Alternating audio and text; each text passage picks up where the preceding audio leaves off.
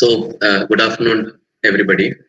So, we are starting off with the webinar Psychosocial Support for Children During COVID-19, a manual for parents and caregivers. In fact, this is a specific manual brought out by UNICEF in association with Childline for the psychosocial support of children all across the globe. And this manual specifically is designed for India.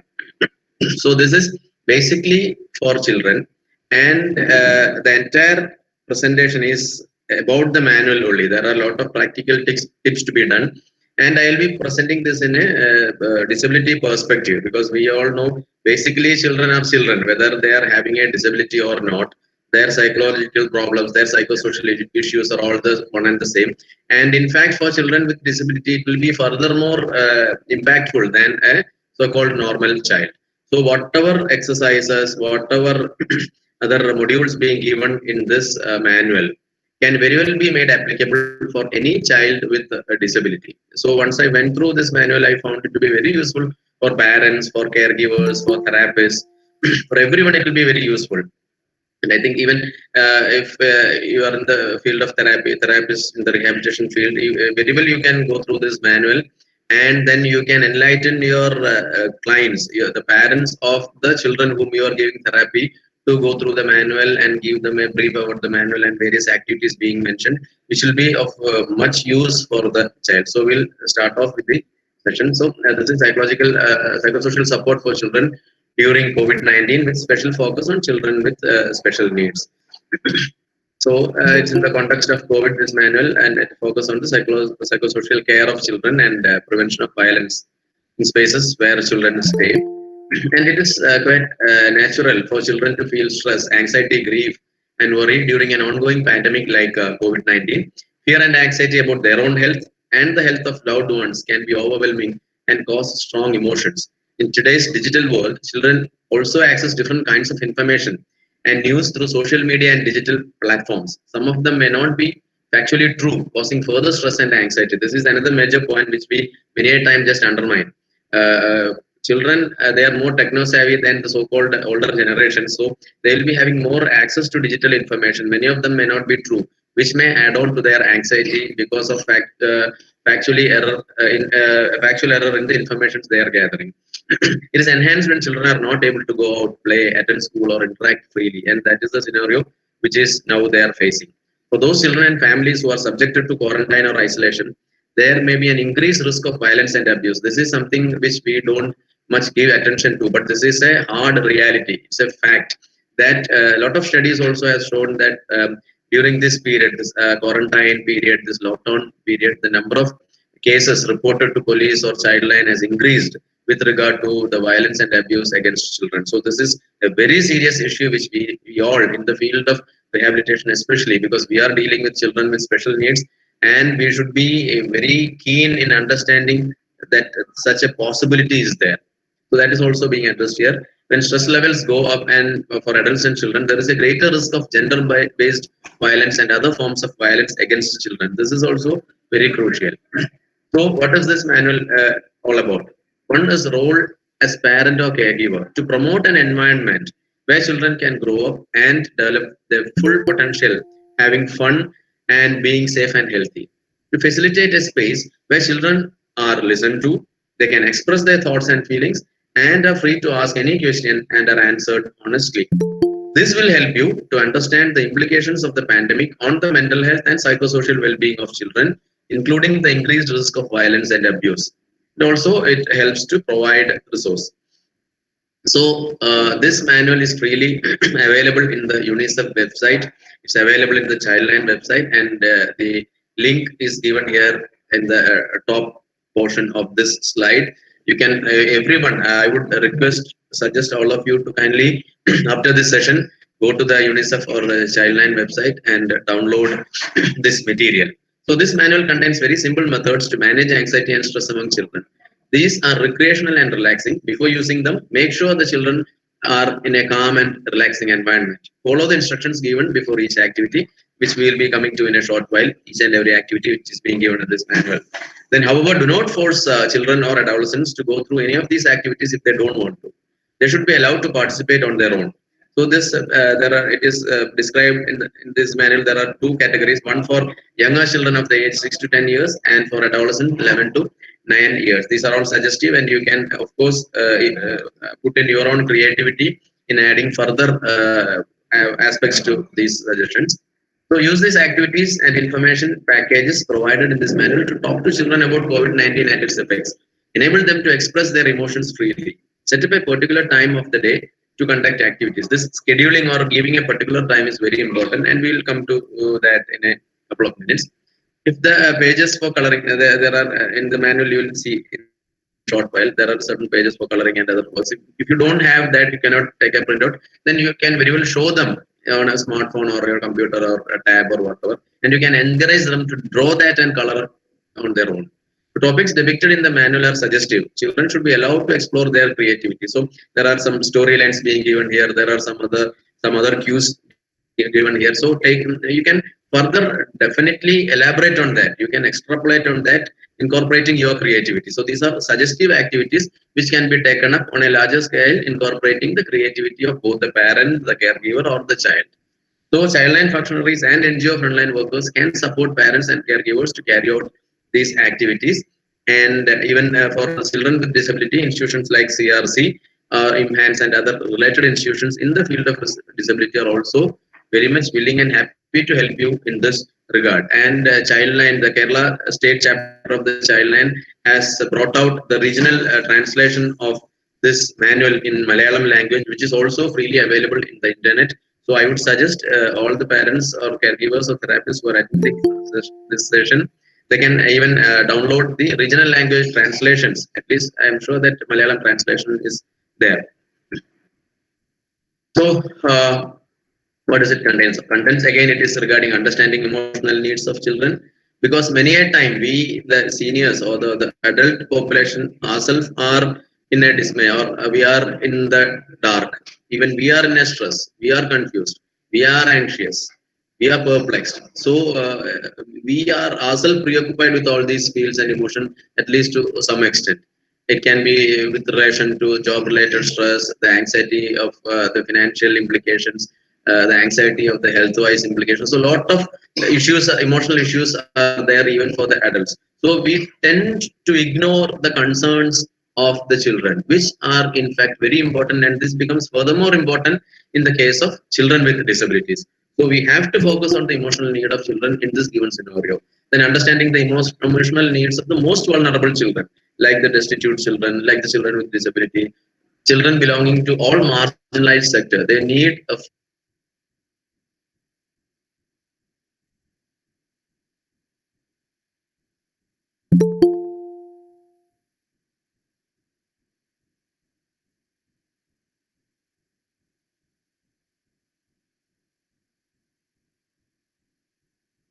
Sir, your mic is muted.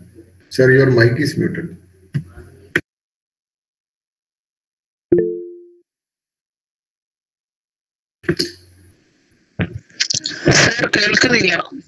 Sir, please unmute your mic. Am I audible now? Yes, sir. How long had I been in the mute mode? So only half a minute. Only half a minute. Now again it's muted. Again it's muted now. Now it's again muted.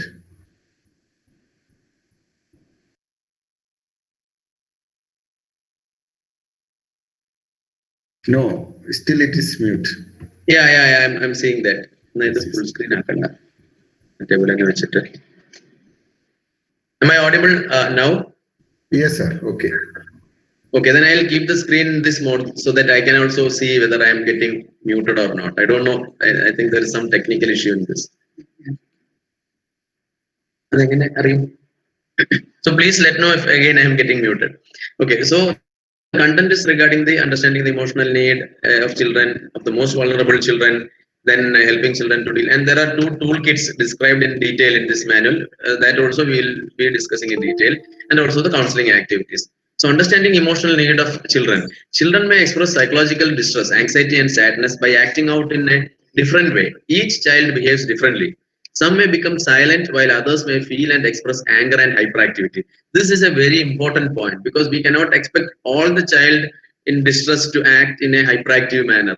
Many, especially many of the psychiatric conditions, even for that matter, there are atypical presentations of classical psychiatric issues, even like depression, anxiety, and even psychotic symptoms in a very different manner.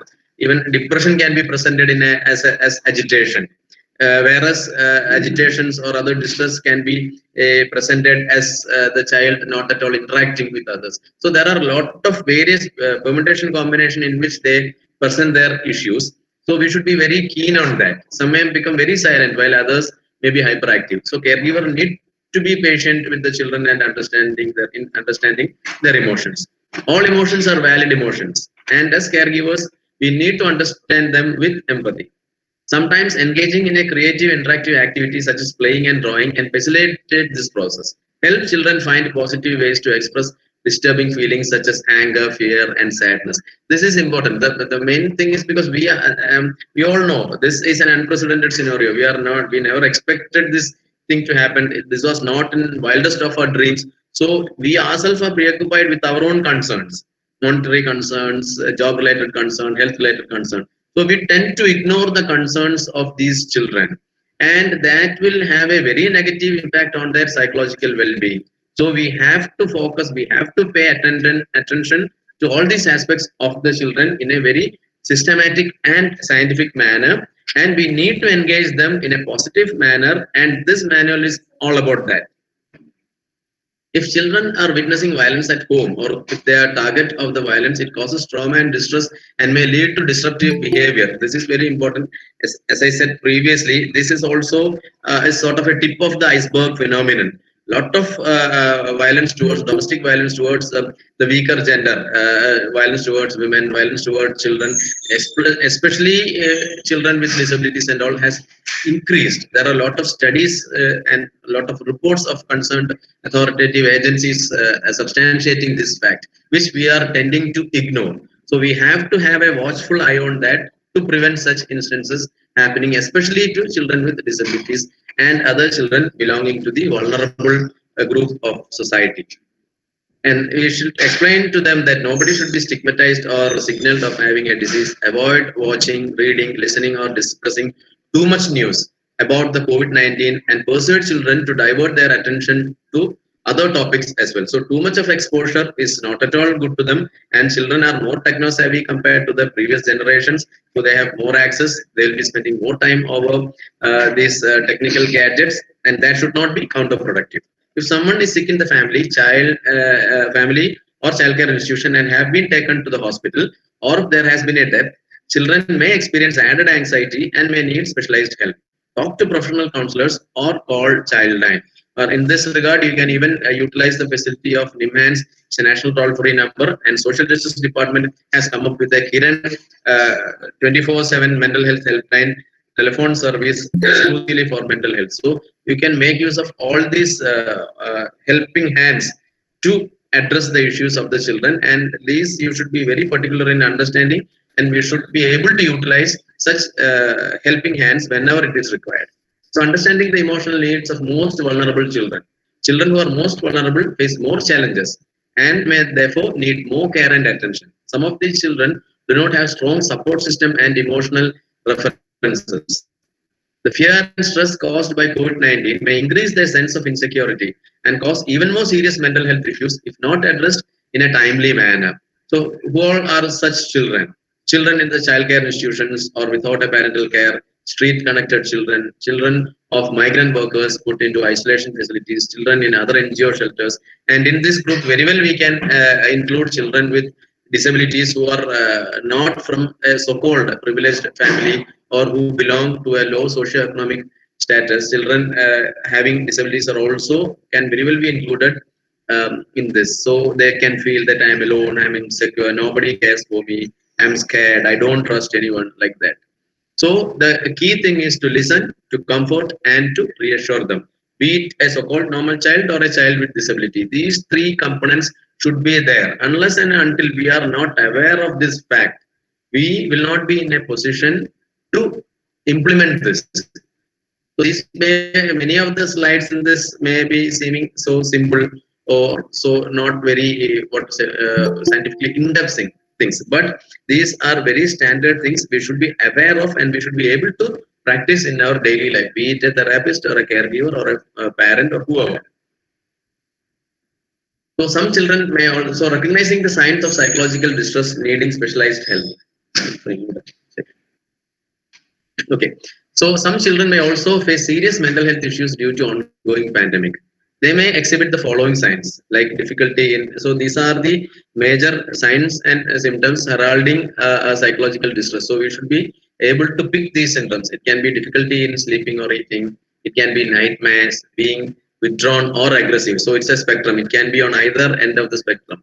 One side can be a total withdrawal and sitting aloof, or it can be hyperactivity or aggressive behavior. Complaints of pain in stomach or head without physical reasons, so-called psychosomatic complaints.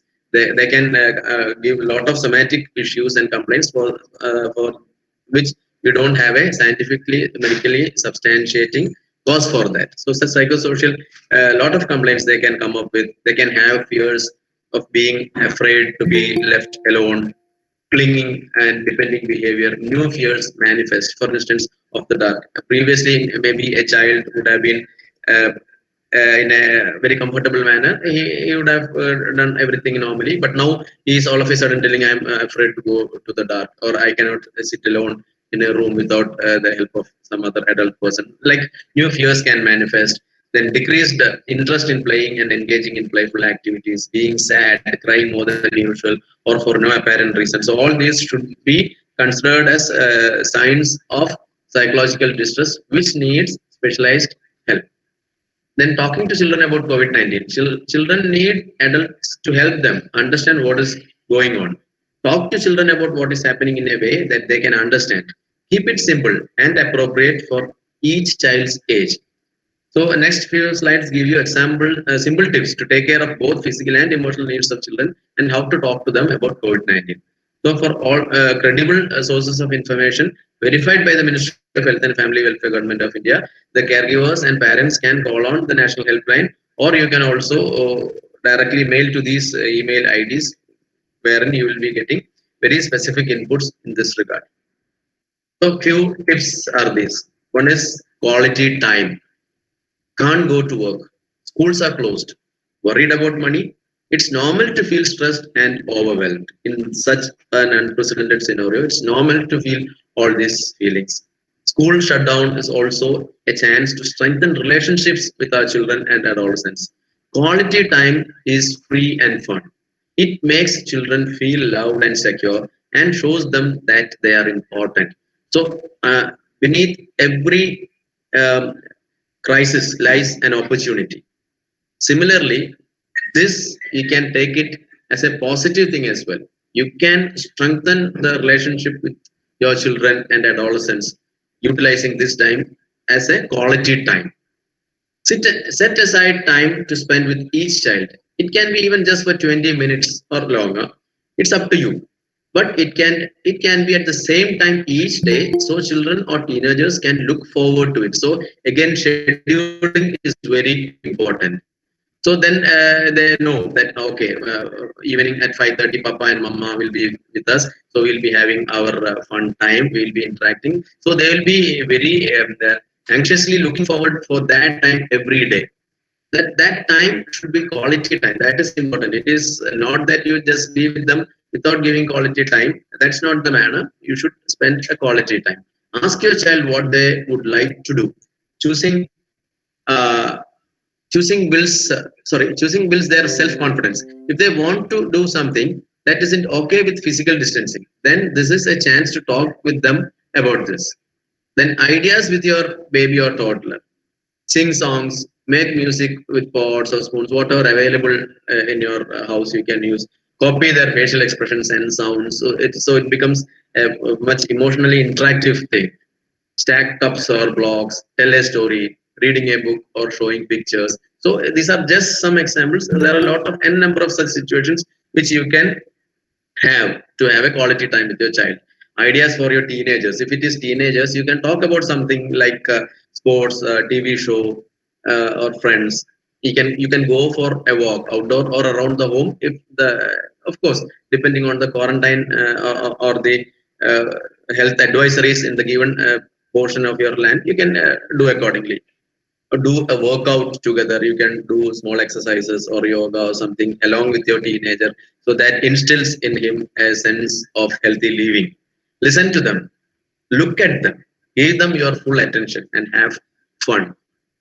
Switch off the TV and phone. This is virus free time. In all regard, this is virus free time. You are not bombarded with further information, whether it is fake news or not, regarding the virus. And it's time of your own family, time with your kids, and they are spending time with you. So that concept should be there. The time should be a quality time. Similarly, keeping things positive. It's hard to feel positive when our kids or teenagers are driving us crazy. We often end up saying, stop doing that. But children are much more likely to do what we ask if we give them positive instructions and lots of praise for what they do right. Praise your child when they are behaving well. Try praising your child or teenager for something they have done well. They may not show it, but you will see them doing that good thing again. It will also reassure them that you notice and care. So this is very important. They may not express it back, but definitely it will have a positive impact on them. Say the behavior you want to see.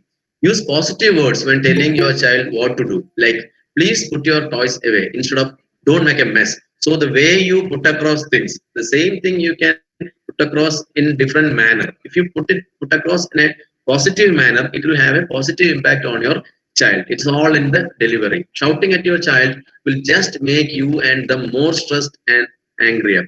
Get your child's attention by using their name. Speak in a calm voice. If he is doing some naughtiness, we can very well say, kid, don't do that. This is not the expected behavior. You are expected to behave well. So in that manner, if you are telling, instead of just shouting, "What are you doing? You are such a naughty boy," and beating him, that the entire sequence of events is having a negative impact on him only. That we cannot expect that behavior to continue. So, but when we are giving a positive stroke for that, then the outcome will also become positive. Get real.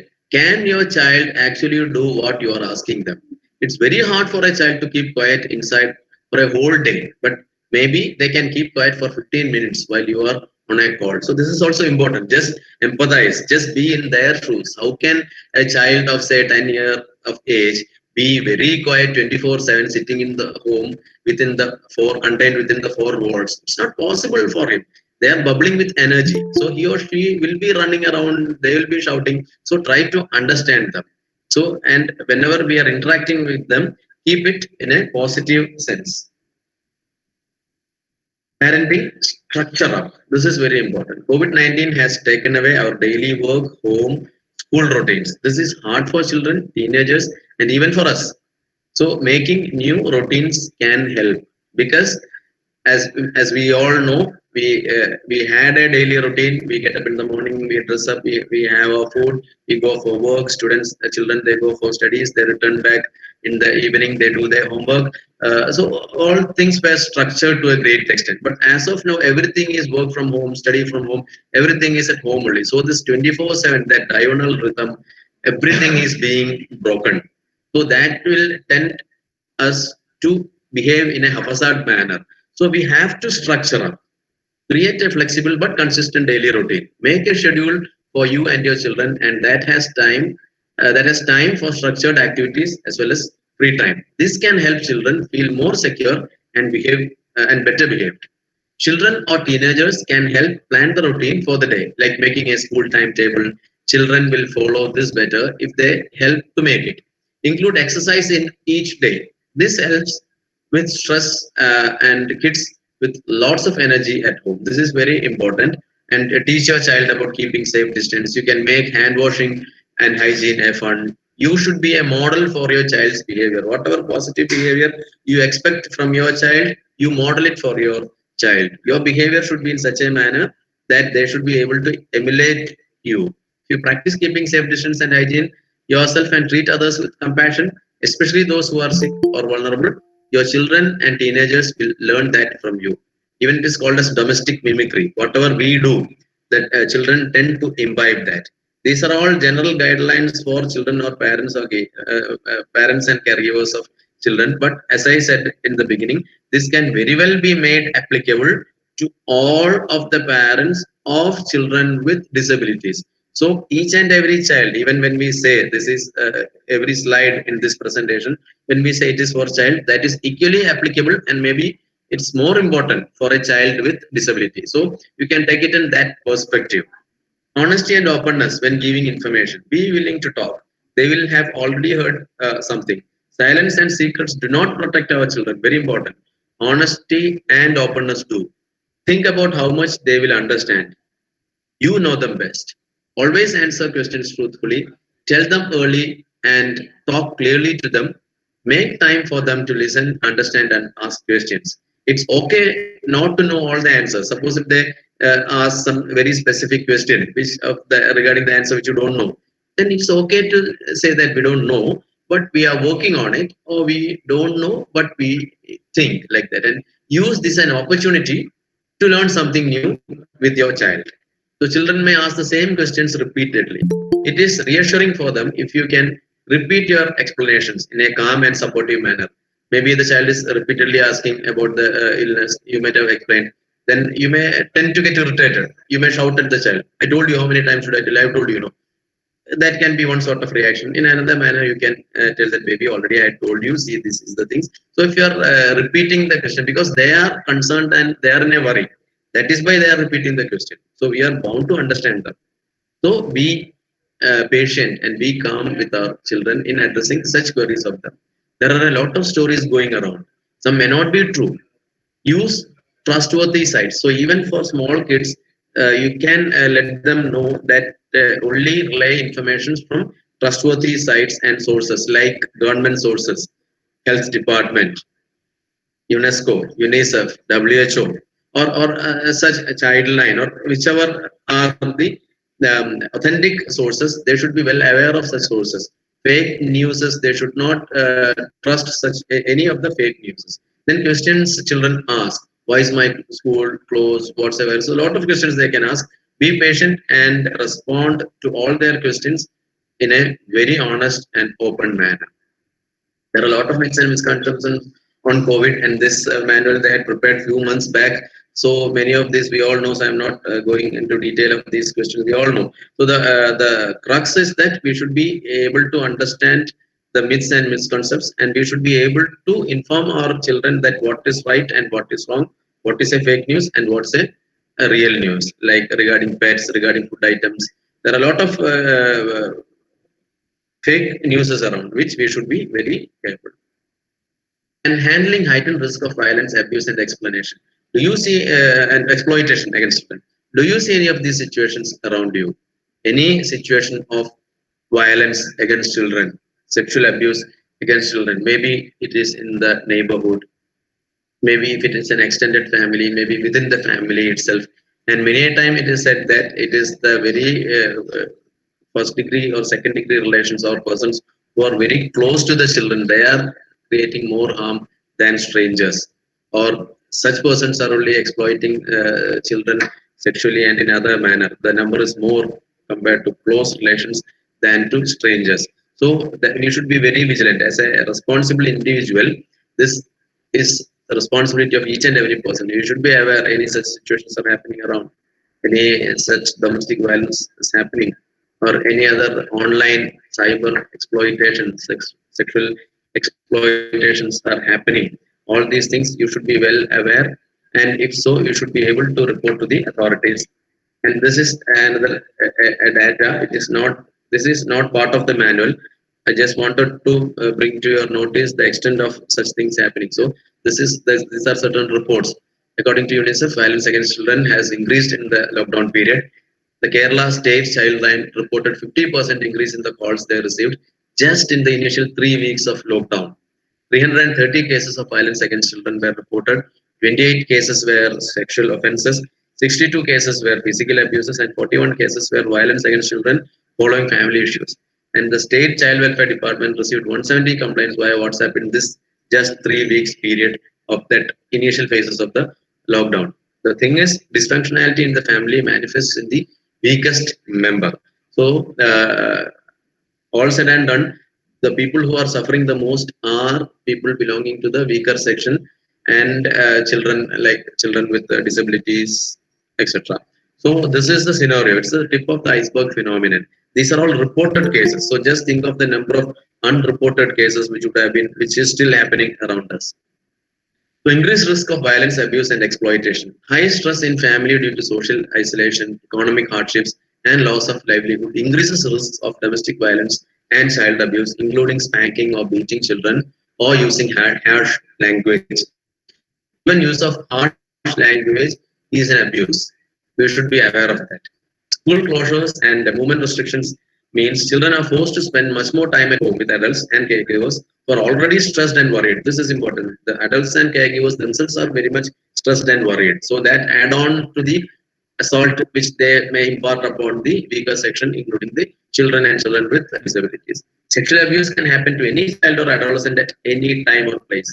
Be vigilant and aware. Even within their household, not all children are safe. Even within the safe confines of a home with relatives around, a child may not be safe. That thought should be there in our minds. Children spend more of their time online and face the risk of exposure to online sexual abuse and grooming for sexual exploitation, cyberbullying, and other online threats. This is also important because we cannot just give them our mobile or just give them our laptop and just go. We have given them and let them do whatever they want. No, we should have a vigilant watching eye in this regard. Our children should very well be monitored. What are they doing with their online freedom? Which all sites they are accessing? What are the modes in which they are using the internet and all? We should be aware and we should be very vigilant and watchful on that. We should not. It's not that in a military manner we should deal with them, but in a very positive sense, we should be able to understand all what's happening in their online space. And children in quarantine and isolation may have maybe away from adult supervision, which may also increase such propensities.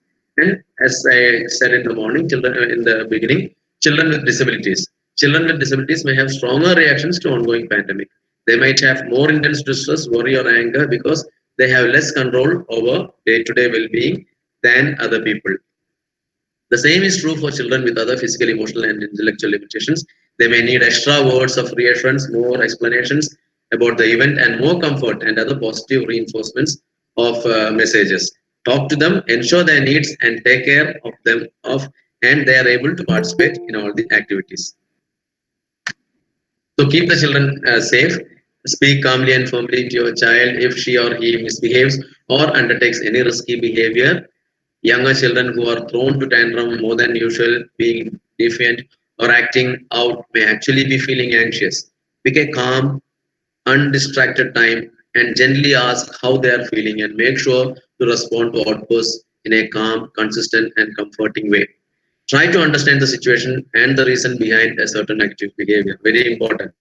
You cannot just be agitated or irritated with them when you are behaving in a negative manner. Try to understand the reason behind and try to solve it if possible. Maintain a regular routine time and give children specific responsibilities. Build your relationship with them on a mutual trust and respect. If you are concerned that your child may be at a serious risk, talk to him about the possibility of asking for external support. For anything related to children, you can very well call to the child line.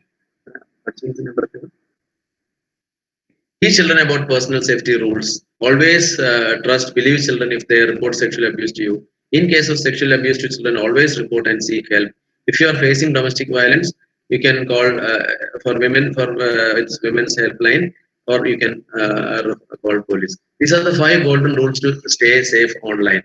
When it's okay to block someone you are not comfortable in communicating. Do not accept friend requests from strangers. If an email looks suspicious, it is best to delete it or mark it as junk. Passwords are not social. Do not share your password with anyone. Remember to log out while using a public computer. So these are the 5 golden rules with regard to usage of computer and internet space. So coming to the toolkit which the UNICEF and child line has developed for the age group of 6 to 10 years. So that these are activities which can be done. One is creative printable with messaging. That will come to in a couple of minutes. 7 Corona Warrior reward stickers like that. Then infographic posters and worksheets explaining symptomatology, contagion, and prevention of COVID-19. Handouts for caregivers with COVID-19 messaging on do's and don'ts, and word wizard story books. Then Q for parents. Parents and caregivers can use these stickers and as cutouts and initiate conversation about positive and healthy behavior to fight the virus for a 6 to 10-year-old child. Set positive reinforcements for children for following safe and hygienic practices. Remember, children don't need to know every little detail. Unless children ask specifically, there is no reason to volunteer all the information that you know on the pandemic.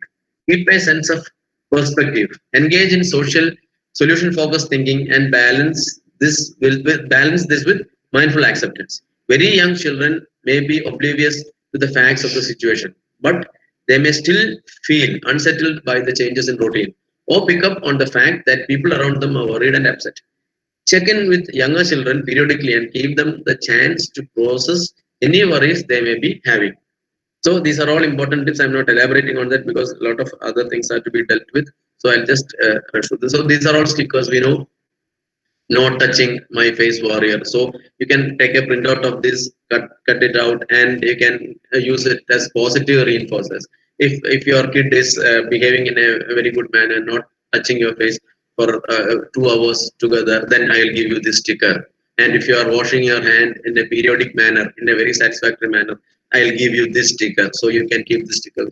So these are all positive reinforcement, and these are specifically designed stickers, reward stickers, which can be used for specific activities which the child is doing. Anxiety warrior, if he or she is not being anxious and in a very happy mood for a sustained period, then that sticker can be given like that. And there are coloring sheets.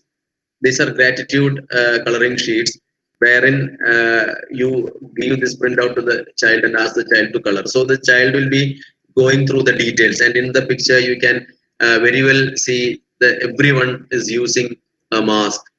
You can see someone washing his hand, another person with a sanitizer. So then they will be going into the detail of each thing while they are coloring different colors.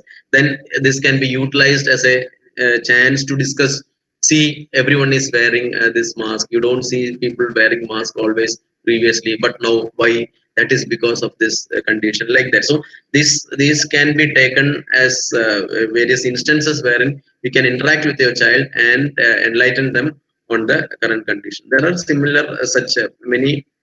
These are all suggestive only. You can come up with n number of such other drawings wherein you can, and you can even encourage our children to draw such things. This, for example, is the heroes fighting coronavirus. We can say, see the police people, they are working for us.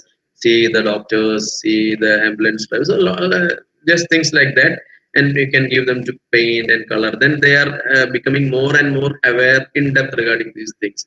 Then staying safe from corona. See, the people are washing their hands. They are using sanitizer. They are using soap. Why like that? Because when they engage in this sort of creative things, they are more into it. And infographic posters and worksheets also.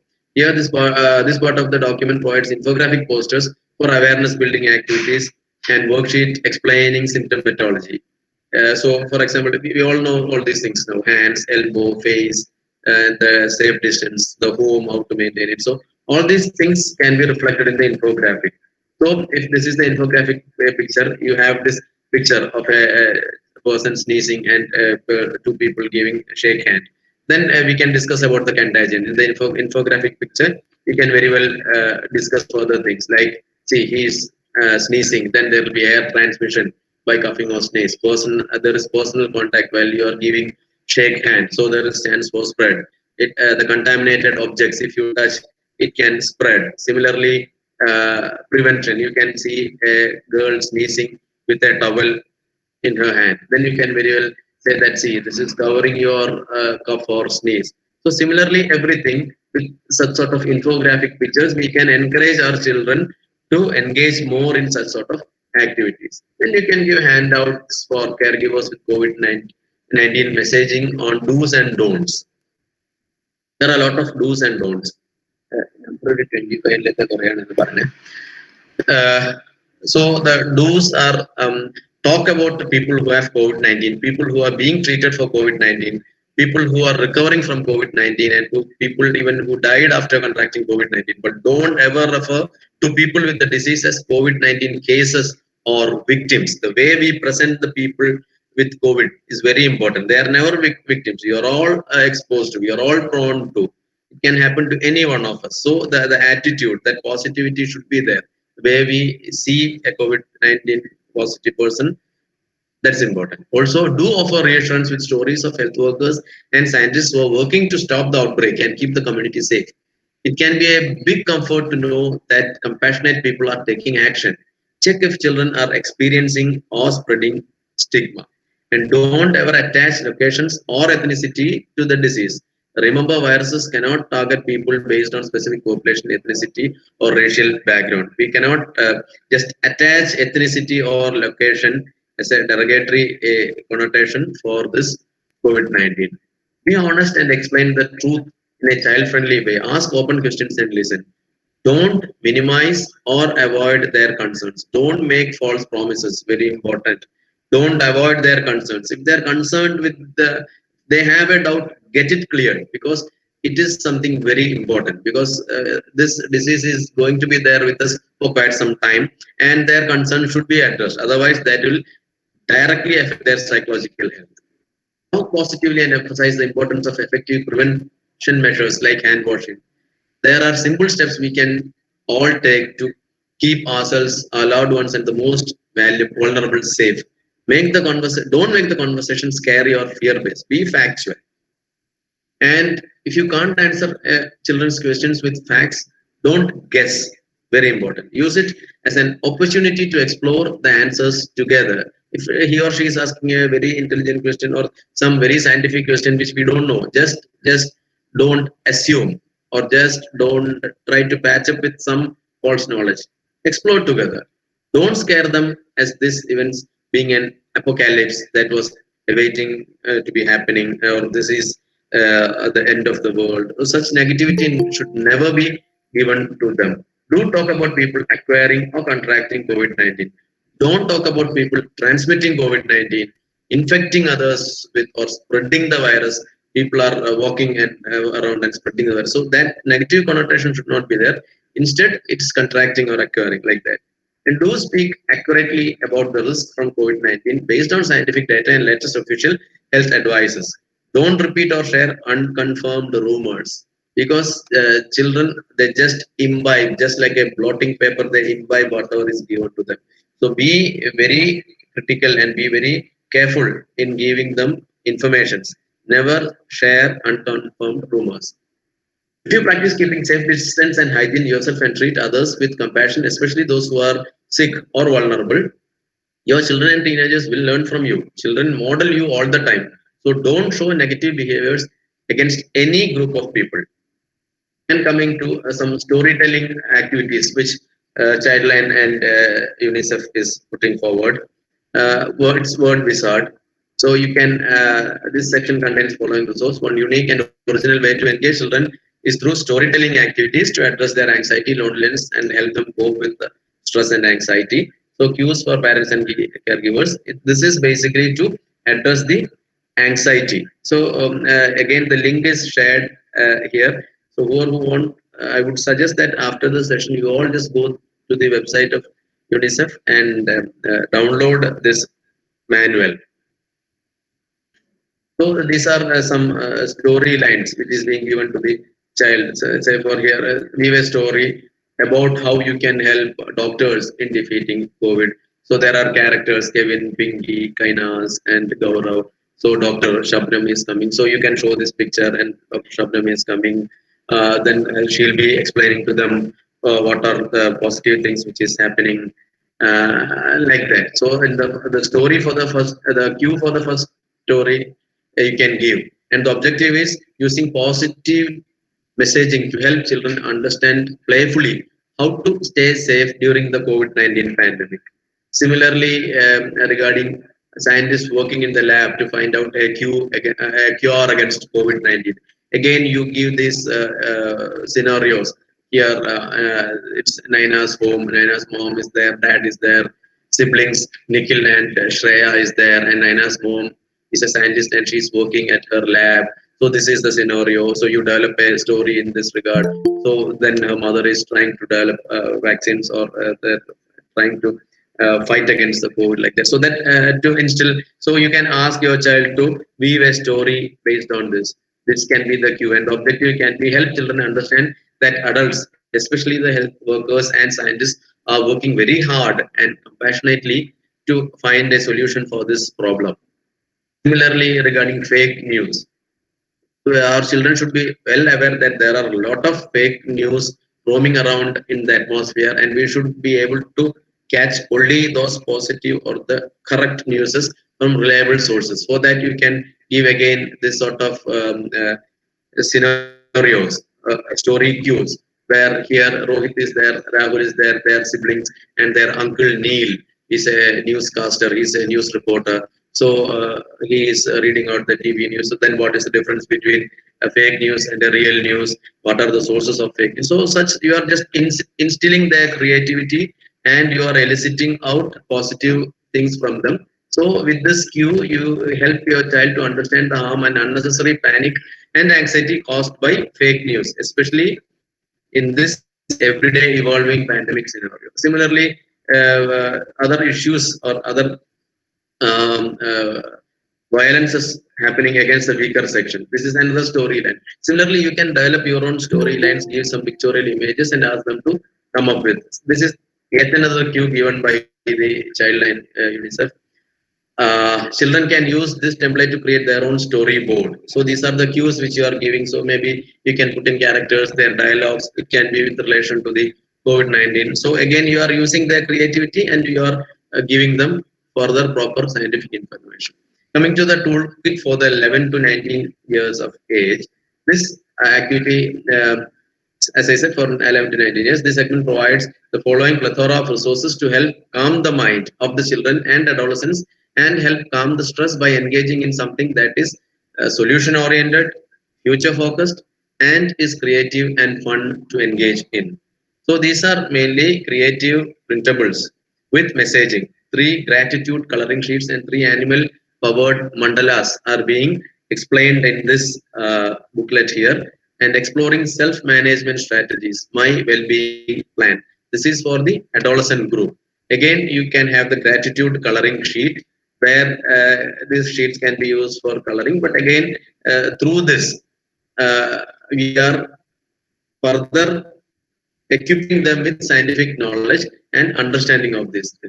Color the sheet and write your message to the scientists who are working so hard to find a cure for the coronavirus.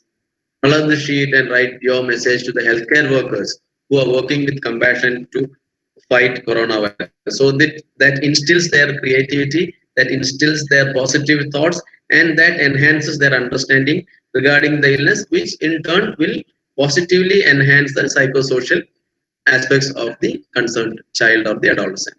So these are all colored sheets. This sheet, you can write your message to the doctors who are working with compassion to fight coronavirus.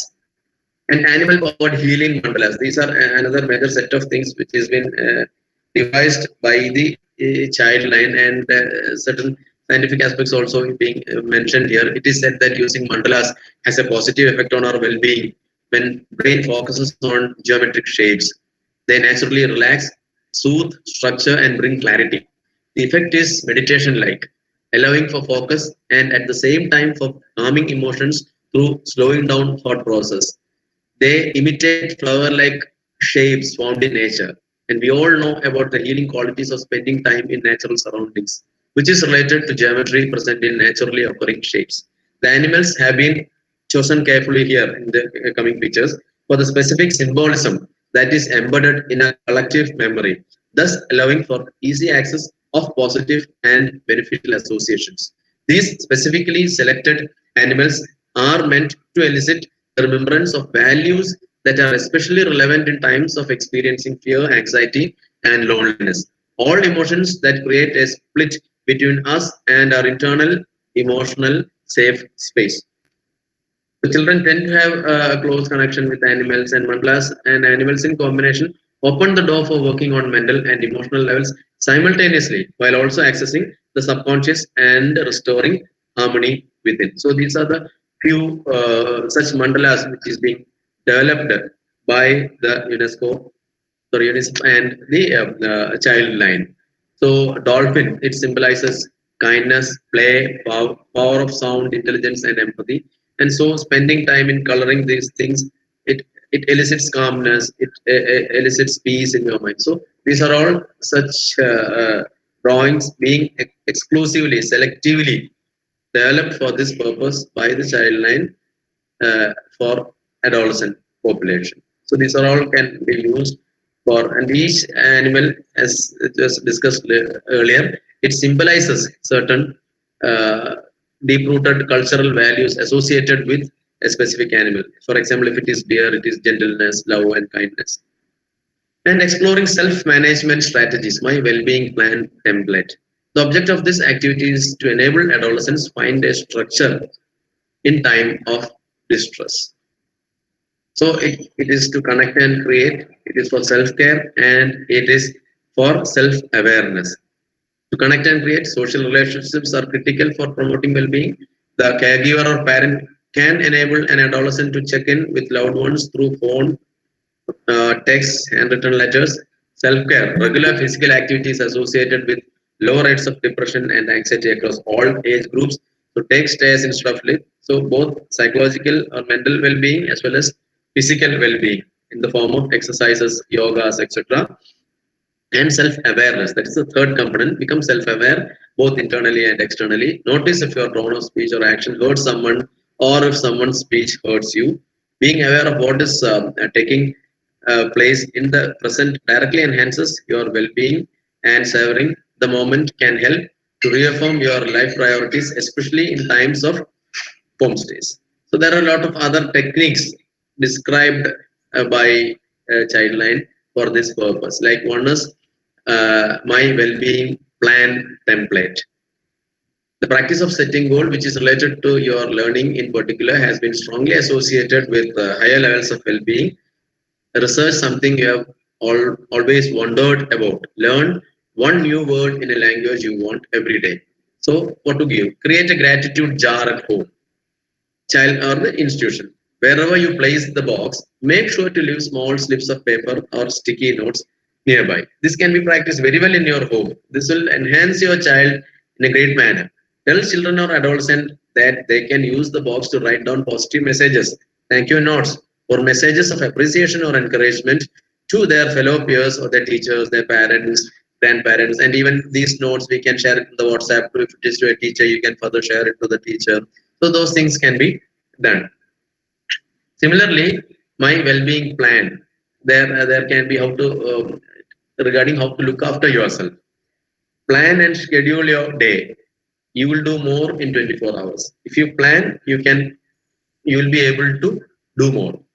Declog your mind with art, music, book reading, board games, exercise, praying, getting enough sleep, and proper nutrition. Misinformation adds to panic and anxiety. Stay clear of fake news. It's okay not to be productive right now. So that's also important. Don't think that I'm not productive now, so this is something really bad. No, this in this given scenario, it is okay at least for the time being. Be proud of your fight. Struggling now doesn't mean you can't thrive. The greatest thing that we can do is to take care of each other. While I cannot control the situation around me, I can control my actions. So these are some cues which they are giving, like my ideas book, my gratitude box, my worry book, like that. So you can make a note of all these things. So give to others, my plan of action. You can give to others. Keep exploring, connection, connecting, creativity, self-care, self-awareness. So these are 6 ways of well-being. And things I can do to heal the planet. So you can have a note of this. Due to many lockdowns around the world, there are less cars, less planes, less pollution. While we are panicking about COVID-19, Mother Earth is healing. How would you like to contribute? So this is a thought which we are instilling on them, and we are asking them to jot down your thoughts. So then again, that helps in a positive manner. Then things I can make to feel good. Make the things that make me feel good. Books I want to read, indoor activities I want to do, healthy foods I like to eat, things I have always wanted to explore, exercises I can do indoors. See, these are all things which they may be already doing. But when we are structuring it, when we are noting it down, when we are ascertaining a timetable for that, when we are approaching it in a scientific manner, then it has got a better impact than doing those things in a haphazard manner. So this is very important, and this entire manual is all about this sort of structuring, scheduling, and giving a positivity. Then there are counseling activities and worksheets for children and adolescents, and for the parents, there are specific cues. These worksheets are self-explanatory sessions and can be carried out by the parents or caregivers. The message is: it is okay to feel, it's okay to fail. So that message should be given, and the therapeutic interventions therefore are essential to help sort things, the feelings of panic, fear, and anxiety, and establish self-care habits through creative activities. So such information need to be given to them. And there are progressive relaxation techniques, which is being mentioned in a very detailed manner for parents and for caregivers, which they can implement for themselves as well as for their children. These are such techniques. There are other scientific techniques like the JPMR, Jacobson's progressive muscle relaxation technique. It's basically sort of self-relaxation techniques. Even yoga, meditation, all these things can help you. And if you go through the manual, it is very specifically laid down for forehead what is to be done, for neck and shoulders, arms and hands, legs and feet, what is to be done. So you can go through the manual in detail for such further inputs. Then coming to activity to enhance sense of identity and self-image in a child, uh, 5 things that I like about myself. So what are their strengths? You can ask them to mention down their strengths. So self-acceptance is a specific stage in self-discovery that occurs whenever children or adolescents are ready to look at themselves objectively. When they do, they will realize that their strengths far outweigh their weaknesses. So this is the whole purpose of this exercise, that we should make them aware that their strengths far outweighs their weaknesses, and when only we ask them to come up with such thoughts, they will forcefully think of such things. So we give these prompting questions: what 5 things do I like about myself? What are my strengths? What activities can make me a better and stronger person? So such things we have to make them think, ponder. Then activity to understand pain, sadness in a child's mind or heart. So imagine that you have placed your pain in a small box. How would that look? So you should specifically ask such a question. Give it as an activity. Giving in a box. See, this is the box. You can put note down your sorrows, and you can put it in the box. Means then the child will think of it. Then only we may be understanding that, oh my God, our kid was struggling this much, or our kid was having such and such issues which we never even dreamt of. So these are all specific activity-based things which will prompt our children to come up with their issues, and which will help us to sort their issues. So cue for the parent: understanding the pain, whether physical or emotional, is a specific experience that can help give children closures or realization their feelings more coherently. When they do, they will understand themselves deeply and feel that a caregiver truly cares for them. Ask your child to reflect on these questions and try to answer them honestly. This exercise can give you the opportunity to validate your child's understanding of pain and sadness. Very important. A few prompts, as I said earlier. Imagine that you are placed your pain, sadness in a box. How would that look like? What help would you need to make it go away? You just practice with your own kid. You will get amazing results. Many a time you will be taken aback. Then activity to help a child move on from a difficult experience. So this activity is they have named it as dream seeds. I am planting this seed for something I wish to accomplish. It is too. So we are eliciting the positivity and their dreams, uh, and we are giving them a resilience to come out from a difficult experience. Helping a child move on from an adverse childhood experience, a negative emotion, environments of constant negative information, clutter, or any experience of trauma can be challenging for the caregivers. However, some simple activities like helping the child take responsibility for nurturing a plant or growing a seed with wishes and prayers to have the child's aspiration be channeled can be particularly helpful.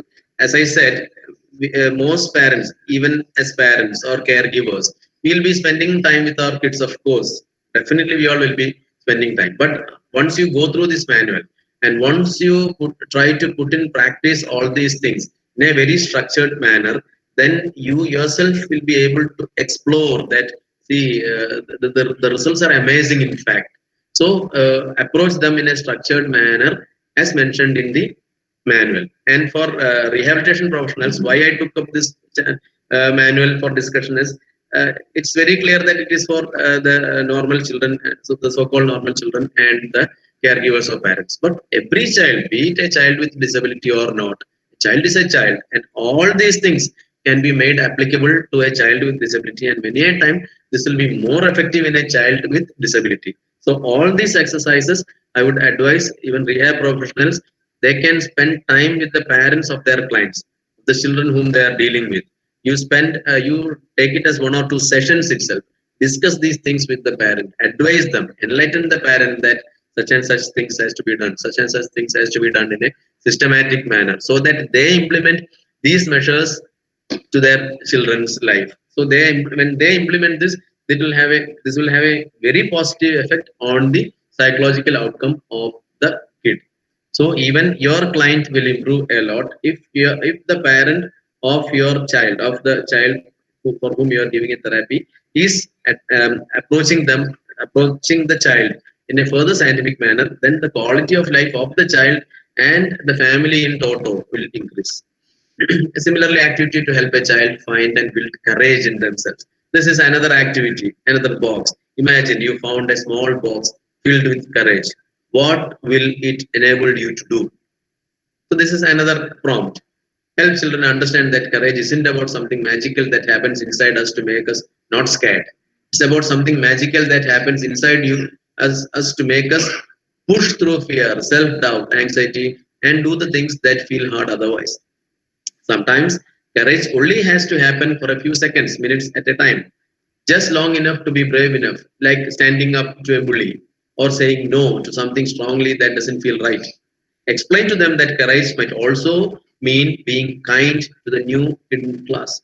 Often, these things don't come with praise or applause, and that's okay. Encourage them to do activities that push them to the edges of their physical or emotional selves. Theater, arts, sports, anything. Anything that will help to nurture the truth to life that they are strong, powerful, that they can cope, and that they are not as fragile as they might feel sometimes will help to nurture their brave hearts. Tell them also it's only human to feel weak too. So this is very, very important. And activity to help children and adolescents to slow down and think carefully. So you can have this chart is very useful in that. You are giving them a choice. I can choose. So there is the green light as well as the red light. So you can slow down, and unhelpful thoughts and beliefs and feelings, you can say stop to that. Your actions and attitudes in that unhelpful thoughts or in the negative manner should be stopped. Whereas positive thoughts, helpful thoughts, beliefs and feelings, these are the actions which should have a green signal or a go signal. So ask them to sit and note down all these things. Downtime helps kids relax and recharge, both of which are critical parts of being stress free and healthy. If your child seems to taking on too much, they are irritable, show anxious or stressed body language, want to be left alone more than normal, complain about no control. Here's a simple self explanatory worksheet that caregivers can use to help older children rationally understand the situation, dig deeper to understand their behavior, and help slow down their pace. So this downtime is very important for especially for hyperactive children. Every child is different. Some children can handle a lot of different things. Others like doing just one thing at a time. Don't assume you know how your child feels every day just because you are their parent or a close caregiver adult. Observe what he or she is doing and have conversations. If your child starts to melt down for too many commitments, there is nothing to gain by insisting he or she stick with them all. In that case, allow the child to choose what they like to do most and support them in it. So such things again becomes very crucial, and this activity help a child or adolescent to understand the different perspectives. So different perspective. So this again is a very practical thing. Siblings are fighting with each other all the time. Then you are giving this activity sheet and you are telling that, okay, you fought with your brother for a lot many things. So you are fighting with him, you are shouting out, you are irritable, you are beating, and he was beating you back. So this is a perspective, different perspective sheet I am giving you. In one side, you write the perspective of yourself, your thoughts, your feelings, and your actions. And also I'm telling, okay, you just be in his shoes, empathize with your brother, be in his shoes, and try to jot down his perspective, his thoughts, and his feelings and actions. So this is just an example which I told. So then it is a reflection of their thoughts as well as they are trying to understand the other person. So these are all practical means by which we can ask them to incorporate the scientific concepts of psychological well-being in their daily life. So parents' perspective taking refers to a person's ability to consider a situation from a different point of view. It requires you to put yourself in the other person's position and imagine what you would feel, think, or do if you were in that situation. Help the child and adolescent understand different perspectives. Many a time there may not be an absolute right or absolute wrong. Perspectives can change. Even there is a saying that one man's freedom fighter is another person's terrorist, and vice versa. So there are perspectives. Nurture their empathy for others. When a child or adolescent has trouble with perspective taking, he or she may have difficulty making friends or maintaining those friendships once they are made to. So this is a very important tool for their future life, wherein as a better social being, for them to have further social interactions and good friendships. This various understanding of the various perspectives is so very important, and this is a very simple practical application, or it's a exercise by which you can nurture that in our children. So, as I mentioned in the beginning, this is the website of UNICEF. You can just access this website, or even a simple Google search of this manual, UNICEF manual, childline manual for children. You will get this manual readily downloadable. So, I would request all of you to download this manual and try to imbibe it. And there are annexures in that, a lot of helplines with regard to the domestic violence and all are being mentioned there, and they acknowledge all these, and these are the references from which they took the resources. So thank you, and thanks for the patient listening. I think it's around 1 hour 45 minutes, almost, yeah. And all of you were still patiently listening, and thanks for your patient listening. And any further queries or doubts in this regard, if you have anything, you can very well ask.